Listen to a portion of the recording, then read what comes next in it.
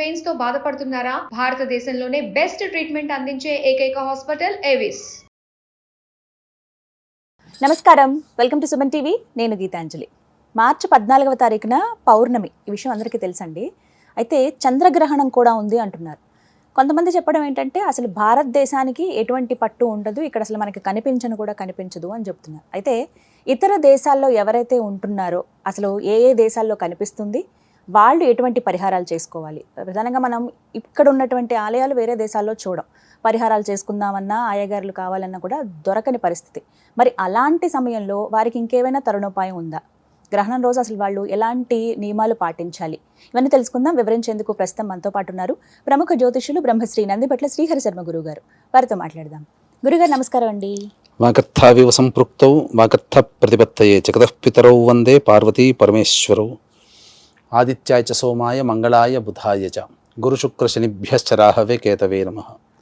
శృంగేరి జగద్గురు పీఠాధిపతులకి, కంచి పీఠాధిపతులకి నమస్కారములు తెలియజేసుకుంటూ కార్యక్రమాన్ని ప్రారంభిద్దాం. గురుగారు, 14వ తారీఖున పౌర్ణమి, అలాగే చంద్రగ్రహణం అని చెప్తున్నారు. ముందుగా అసలు మన దగ్గర కనిపించదు కదండి భారతదేశంలో ఎక్కడ? భారతదేశంలో అయితే ఎక్కడ కూడా ఈ గ్రహణమనే కాదు, 29వ తారీఖు రోజున ఏర్పడే సూర్యగ్రహణం కూడా మన భారతదేశంలో కనిపించదు. ఓకే, అయితే ఇప్పుడు అసలు ఎక్కడెక్కడ కనిపిస్తుంది అనేది ముందు మాట్లాడదామండి. మనకు ఈ యొక్క చంద్రగ్రహణము 14వ తారీఖు రోజున ఏర్పడేటువంటిది. America, Canada, Mexico, New Zealand, Australia, Japan, Africa వంటి దేశాలలో ఎక్కువగా కనబడుతుంది. ఈ యొక్క దేశాల్లోనే మన భారతీయులు ఎక్కువగా ఉన్నారు కదా, అందున తెలుగు వాళ్ళు. కాబట్టి ఆ సమయానికి కొన్ని పట్టు విడుపు నియమాలు అనేటివి పాటించాలి. కానీ ఆచారాలు మాత్రం ప్రపంచవ్యాప్తంగా అందరూ పాటించాల్సిందే. అవునా? అందులో సందేహం లేదు. ఒక్కొక్కసారి ఇప్పుడు గ్రహణం కూడా సంపూర్ణ గ్రహణం ఉంటుంది, అలాగే కొన్ని టైం బట్టి ఉంటుంది కదండి. అలా ఈసారి గ్రహణం ఎలా ఏర్పడబోతోంది? ఈసారి గ్రహణం అనేటువంటిది పాక్షిక చంద్రగ్రహణం, కేతుగ్రస్త పాక్షిక చంద్రగ్రహణం. దట్టు అది బ్లడ్ మూన్ అంటారు. అంటే ఏంటి, మనకు ఆ చంద్రుని యొక్క ఉపరితల వర్తనం నుంచి మనకు భూమి మీదకి ప్రసరించేటువంటి కిరణాల ప్రభావం మనకు పర్యావర్తనం అని అంటారు. అది చెంది అది ఎరుపు రంగులో మనకు కనబడుతుంది. అందుకని దాన్ని బ్లడ్ మూన్ అని అంటారు. అంతే తప్ప దీనికి బ్లడ్ మూన్ అనగానే భయపడాల్సిన పని కూడా లేదు. అన్ని గ్రహణాలాగానే ఇది కూడా గ్రహణమే. కాకపోతే ఏంటి దీని యొక్క విశిష్టత అంటే, ఈ పాల్గొన మాసంలో చంద్రగ్రహణం, మళ్ళీ 15 రోజులకి సూర్యగ్రహణం ఏర్పడడం, రెండు ఏర్పడడం, అందున షష్టగ్రహ కూటమి కూడా ఏర్పడడం. కాబట్టి ఈ రెండు గ్రహణాలకి ప్రత్యేకించి స్థానం అనేటువంటిది ఉంది. ఎటువంటి స్థానం అండి? వీటి గురించి వివరించండి. మనము మూలాల్లో గనక వెళ్ళినట్లయితే మహాభారత యుద్ధం ఏర్పడేటువంటి సమయంలో 2 గ్రహణాలు ఏర్పడ్డాయని అంటారు. అంటే వాస్తవానికి 3 గ్రహణాలు వచ్చాయి ఒకే నెలలో అంటారు.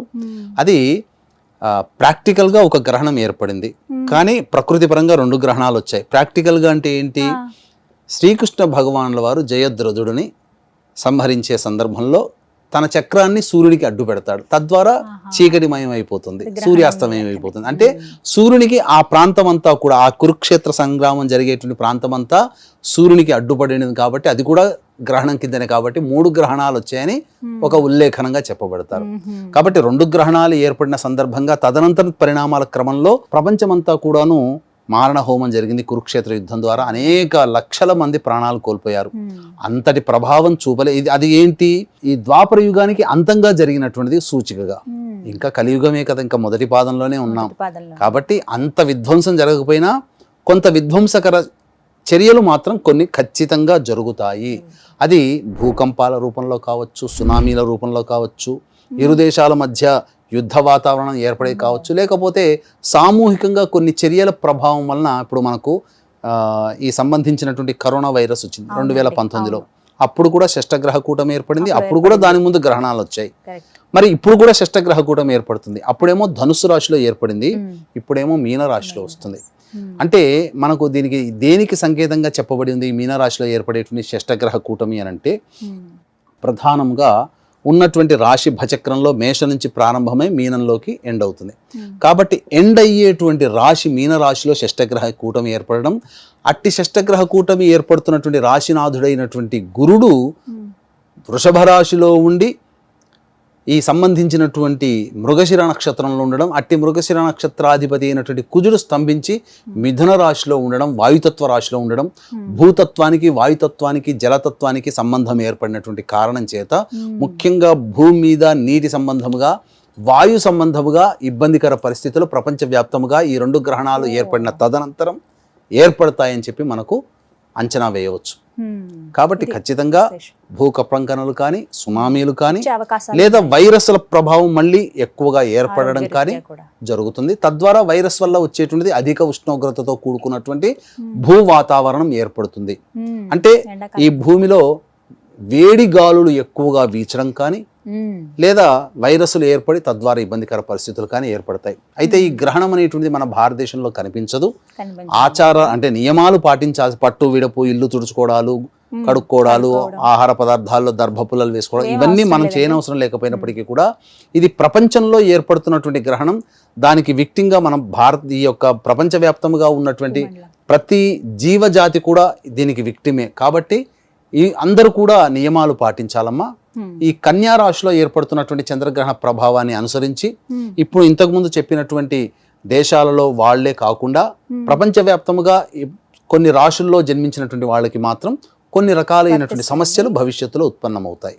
అందులో ప్రధానంగా కన్యా రాశిలో ఈ యొక్క చంద్రగ్రహణం ఏర్పడుతుంది కాబట్టి ముఖ్యంగా శుభం జరిగేటువంటి రాశుల గురించి మనం తెలియజేద్దాం. ముఖ్యంగా మేషరాశిలో జన్మించినటువంటి వారికి ప్రధానంగా శత్రుంజయము, న్యాయవాద సంబంధించినటువంటి సమస్యల్లో కానీ, ఆస్తి తగాదాల్లో కానీ, లేకపోతే ఇతరత్ర అనారోగ్యం నుంచి బయటపడడం కానీ మంచి శుభ లక్షణాలు కలుగుతాయి. ఉద్యోగ సంబంధముగా వాళ్ళు పోటీతత్వంతో మంచిగా ఉంటారు. పోటీ పరీక్షలు రాసే వాళ్ళకి మంచి విజయం లభిస్తుంది. మేషరాశిలో జన్మించినటువంటి వారికి చెప్పవచ్చు. ఇక కర్కాటక రాశిలో జన్మించినటువంటి వారికి ఇతరుల యొక్క సహాయ సహకారాలు ఆగిపోయి ఉంటాయి కదా ఇప్పటి వరకు. కాబట్టి అవన్నీ కూడా సహాయ సహకారాలతో పనులని పూర్తి చేసుకుంటారు. సోదర సోదరి మధ్య ఉన్నటువంటి ఇబ్బందులు తొలగిపోయి ఒకటవుతారు. అలాగే గొప్ప వ్యక్తులు పరిచయ ప్రభావాలు అవుతాయి. తద్వారా భవిష్యత్తు భావి జీవితం చాలా చక్కగా ఉంటుంది.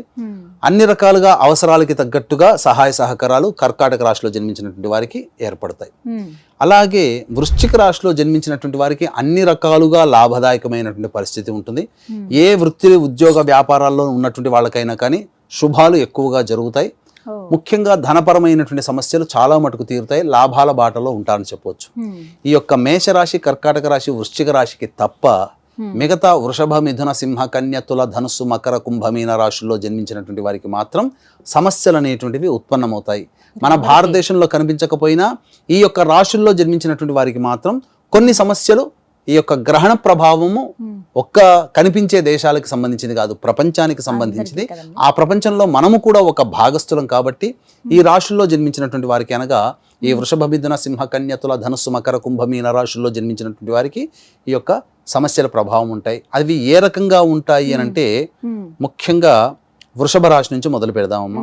వృషభ రాశిలో జన్మించినటువంటి వారికి సంతానపరంగా ఇబ్బందులు ఎదుర్కోవడం, సంతానం కోసం ఎదురు చూసేటువంటి వాళ్ళకి కొంత నిరాశ అనేటువంటిది ఏర్పడడం, కొంతమంది ఆడవాళ్ళకి మిస్క్యారీస్ అవుతూ ఉండడం, ఇవి జరగవచ్చు. లేదా సంతానానికి ఏవైనా హార్మ్ఫుల్ సంఘటనలు జరిగే అవకాశాలు వృషభ రాశిలో జన్మించినటువంటి వారికి ఉంటాయి. అలాగే సంతానం అభివృద్ధి చెందలేకపోవడం కానీ, ఉద్యోగంలో కానీ స్థిరపడలేకపోవడం కానీ, అలాగే సంతానం కోసం అనగా వృషభ రాశిలో జన్మించినటువంటి తల్లిదండ్రులు తమ పిల్లల పెళ్లి ప్రయత్నాలు చేస్తుంటారు. అవి కొన్ని విఫలం అవ్వడం అనేటువంటిది ఈ చెప్పుకోబోయేటువంటి ఏ రాశుల వారికి జరిగేటువంటి అశుభ పరిణామాలు ఉంటాయి. అవన్నీ గ్రహణ తదనంతరం ఒక మండలం రోజుల నుంచి 60 రోజుల వరకు ఏర్పడే సంఘటనలుగా చెప్పుకోవచ్చమ్మా. కాబట్టి ముఖ్యంగా మిథున రాశిలో వారికి జన్మించినటువంటి వారికి అయితే అర్ధాష్టమ సమయంలో ఈ యొక్క గ్రహణం ఏర్పడుతుంది. కాబట్టి ముఖ్యంగా ఈ సంబంధించినటువంటి గృహపరమైనటువంటి చిక్కులు పెరుగుతాయి. అంటే లోన్ల కోసం ఎదురు చూస్తుంటారు, అవి ఆగిపోవడం కానీ, లేకపోతే గృహ కొనుగోలు చేసుకునే విషయంలో కానీ, అమ్మకాలు జరిపే విషయంలో కానీ నష్టపోవడం కానీ, వాహనం మార్పులు చేర్పులు జరుగుతాయి, కొన్ని ఇబ్బందులు ఎదుర్కొంటారు. వాహన ప్రమాదాలు చోటు చేసుకునే అవకాశం ఉంది కాబట్టి జాగ్రత్తలు పాటించండి. ముఖ్యంగా తల్లిగారి ఆరోగ్యం పట్ల శ్రద్ధ వహించాలి. ముఖ్యంగా ఫిక్స్డ్గా పెట్టుకున్నటువంటి అసెట్స్ ఏవైతే ఉంటాయో లేదా ఫిక్స్డ్గా పెట్టుకున్నటువంటి డబ్బు ఏదైతే ఉంటుందో అవి లిక్విడేట్ అయ్యేటువంటి అవకాశాలు గోచరమవుతున్నాయి. ఇది చెప్పవచ్చు. ఇక సింహరాశిలో జన్మించినటువంటి వారికి ప్రధానంగా కుటుంబపరమైనటువంటి చిక్కులు సమస్యలు పెరగడము, ధనము ఎక్కువగా ఖర్చు అవ్వడం అనేటువంటిది జరుగుతుంది. అంతేకాకుండా ఈ సింహరాశిలో జన్మించినటువంటి వారికి వాళ్ళ మాట తీరు వల్లనే వాళ్ళకి ఎక్కువగా శత్రుత్వాలు పెరుగుతాయి. కాబట్టి వాక్కుని అదుపులో ఉంచుకోవాల్సినటువంటి పరిస్థితి. ఇక కన్యా రాశి వారికి విషయానికి వచ్చేసరికి కన్యా రాశిలోనే ఈ యొక్క గ్రహణం ఏర్పడుతుంది. కాబట్టి ముఖ్యంగా కన్యా రాశిలో జన్మించినటువంటి వాళ్ళు చాలా విధి విధానాలు చాలా పాటించాలి. ఇబ్బందికర పరిస్థితులు ఎదురవుతాయి, ప్రతి పనిలో ఆటంకాలు ఎదురవుతాయి. అలాగే ముఖ్యంగా ఏ పని చేయాలన్నా సంతోషము సంతృప్తి ఉండకపోవడము, ప్రతిదీ ఆలస్యం అవుతుండడం జరుగుతుంది. ఇది చెప్పవచ్చు. ఇక తులారాశిలో జన్మించినటువంటి వారికి అయితే ప్రధానంగా ఖర్చులు ఎక్కువగా అవుతాయని చెప్పవచ్చు. చేసే ప్రతి పనిలో ఆటంకాలు ఎదురవుతాయి. నిద్ర సరిగ్గా పట్టనటువంటి ఇబ్బందికర పరిస్థితులు, భయంతో కూడుకున్నటువంటి జీవన విధానం తులారాశిలో జన్మించినటువంటి వారికి వస్తుంది. అలాగే ఇప్పుడు చెప్పినటువంటి వృషభ, మిథున, సింహ, కన్య, తుల, ధనస్సు, మకర, కుంభ, మీన రాశిలో జన్మించినటువంటి వారికి ఈ గ్రహణ సందర్భంగా 14వ తారీఖు రోజున ఉదయం 9 గంటలకి మా పీఠం ఆధ్వర్యంలో ఈ గ్రహణ దోష నివారణ పూజలు, హోమాలు, ఆర్థిక పరంగా, వివాహపరంగా, సంతానపరంగా ఉన్నటువంటి సమస్యల నివారణకి సంబంధించినటువంటి హోమాది కార్యక్రమాలు పర్ హెడ్ 2,100 రూపాయలకి చేయించడం జరుగుతుంది. అవకాశం ఉన్న వాళ్ళు కార్యక్రమ తదనంతరం కాంటాక్ట్ చేసి గోతనామాదులు నమోదు చేసుకోవచ్చు. ఇక ధనుస్సు రాశిలో జన్మించినటువంటి వారికమ్మ 10వ రాశిలో అనగా వృత్తి, ఉద్యోగ, వ్యాపార సంబంధించినటువంటి స్థానంలో గ్రహణం ఏర్పడుతుంది. కాబట్టి వృత్తి, ఉద్యోగ, వ్యాపారాల్లో ఉన్నటువంటి వాళ్ళకి వృత్తుల్లో ఆటంకాలు, సమస్యలు, ఉద్యోగంలో ఉద్యోగ నష్టములు కానీ, బలవంతంగా ఉద్యోగం మార్పు చేయాల్సినటువంటి పరిస్థితి కానీ, లేకపోతే ఇష్టం లేని ప్రాంతానికి బదిలీలు కానీ జరుగుతాయి. వ్యాపారం చేసుకునే వాళ్ళకైతే నష్టాలు పెరుగుతాయి, సమస్యలు ఇంకా అధికమవుతాయి, కింది వాళ్ళు సహకరించకపోవడం. ఇక మకర రాశిలో జన్మించినటువంటి వారికైతే ప్రధానంగా తండ్రి గారి ఆరోగ్యం పట్ల శ్రద్ధ వహించాలి.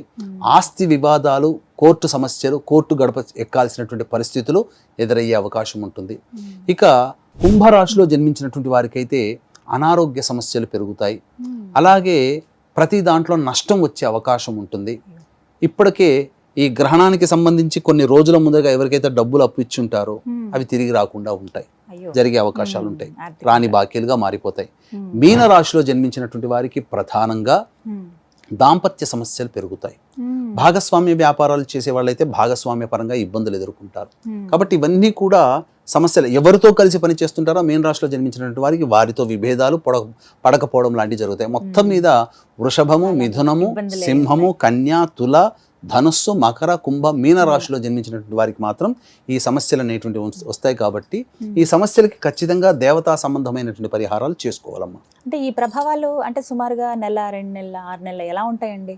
ముఖ్యంగా తక్కువ కాకుండా 2 నెలల వరకు అయితే ఉంటాయి. ఇంకా మ్యాక్సిమం అంటే 2 నెలలు మించే ఉంటాయి. ఎందుకంటే 2 గ్రహణాలు వస్తున్నాయి. 2 గ్రహణాల్లో ఈ సంబంధించినటువంటి ఈ చెప్పినటువంటి రాశుల్లో ఎక్కువ రాశుల వాళ్ళు కూడా మళ్ళీ సూర్యగ్రహణానికి కూడా ప్రభావితం అవుతారు. కాబట్టి 2 గ్రహణాల ప్రభావము వెరసి ఎక్కువగా ఉంటుంది. అయితే ఇప్పుడు మిగతా దేశాల్లో కనిపిస్తుంది అన్నారు కదా, మన వాళ్ళు చాలా మంది అక్కడ ఉంటారండి. మరి వారు ఎటువంటి పరిహారాలు పాటించాలో తెలియచేయండి. నియమాలు ఏమన్నా ఉన్నాయా?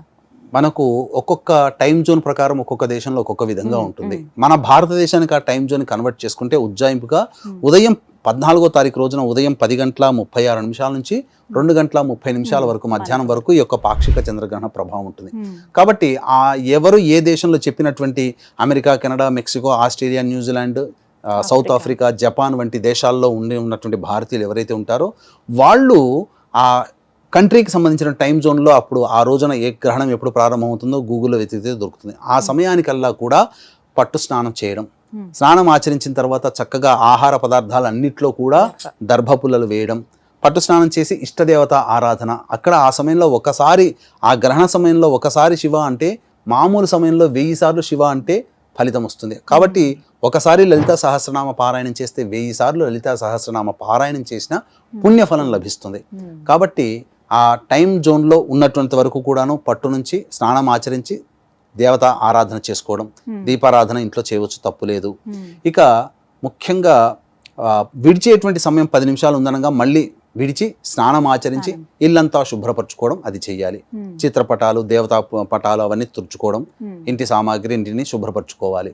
ముఖ్యంగా ఈ గ్రహణాన్ని గర్భిణీ స్త్రీలు చూడకూడదు, చంటి పిల్లలు చూడకూడదు. ముఖ్యంగా ఎందుకనంటే ఆ యొక్క ప్రభావము ప్రపంచవ్యాప్తంగా చంద్రగ్రహణం మనకు చంద్రుడు సంపూర్ణంగా కనిపిస్తున్నప్పటికీ ప్రపంచవ్యాప్తంగా ఉన్నటువంటి బాలింతలకి ఇబ్బందులని చెప్పవచ్చమ్మా. కాబట్టి జాగ్రత్తలు పాటించాలి.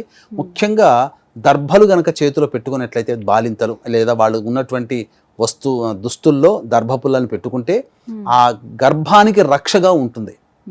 అది మనం చెప్పవచ్చు.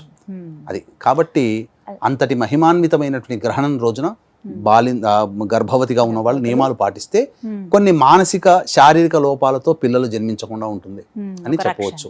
రక్షగా ఉంటుంది. దానాలు కూడా చేయాలని అంటారు. దానాలు కూడా చేయాలి. ఎలాంటి దానాలు చేయాలండి? అంటే ఈ దానాల విషయంలోకి వచ్చేసేసరికి కేవలం ఆ ప్రాంతంలో ఉన్నది కాబట్టి ఆ ప్రాంతం వాళ్ళైనా ఇక్కడి వాళ్ళు కూడా చేయొచ్చు. అంటే ఈ భారతదేశంలో ఉన్న వాళ్ళు కూడా ఏ ప్రాంతం వాళ్ళైనా చేయవచ్చునమ్మా. ఎందుకంటే గ్రహణం అనేటువంటిది చంద్రునికి సంబంధించింది. మనకు చంద్రుడు సంపూర్ణంగా కనబడతాడేమో, కానీ ఏదో ఒక చోట ఆ గ్రహణ ప్రభావం ఏర్పడుతుంది. ఇప్పుడు మనం గమనించుకున్నట్లయితే ఇక్కడ మన కుటుంబ సభ్యులే అనుకోండి, ఇక్కడ ఉన్నంత వరకు ఆనందంగా ఉంటారు, కానీ విదేశాల్లోకి వెళ్ళిన తర్వాత అయ్యో మనవాడు ఎలా ఉన్నాడో బెంగ పెట్టుకుంటారు కదా.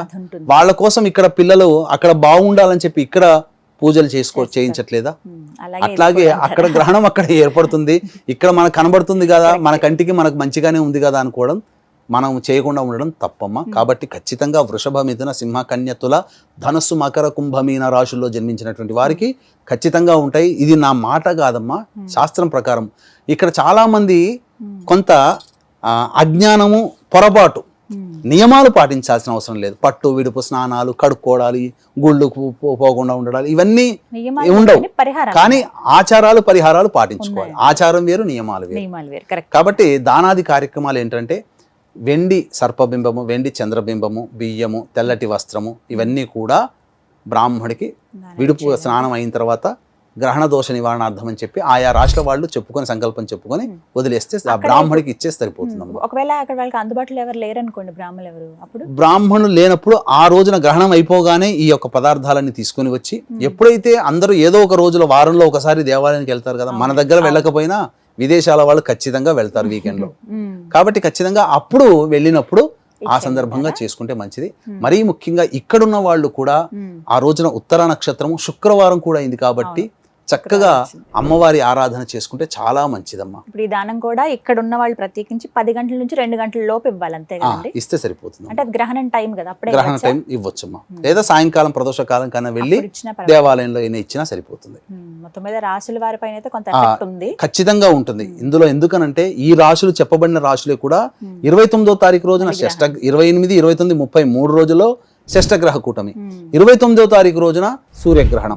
మళ్ళీ ఈ చెప్పినటువంటి ఈ రాశులు ఏవైతేనో ఈ రాశుల్లో ఉన్న వాళ్ళు కూడా కొంతమంది మళ్ళీ సూర్యగ్రహణానికి కూడా ఎఫెక్ట్ అవుతారు. కాబట్టి భవిష్యత్తులో ఇప్పుడు దీంట్లో పెద్దగా నష్టపోయేది ఏముందమ్మా? మన సమయం. దేవుడి మన మంచి కోసమే కదా సమయం కేటాయిస్తుంది, మన శ్రేయస్సు కోసమే కదా.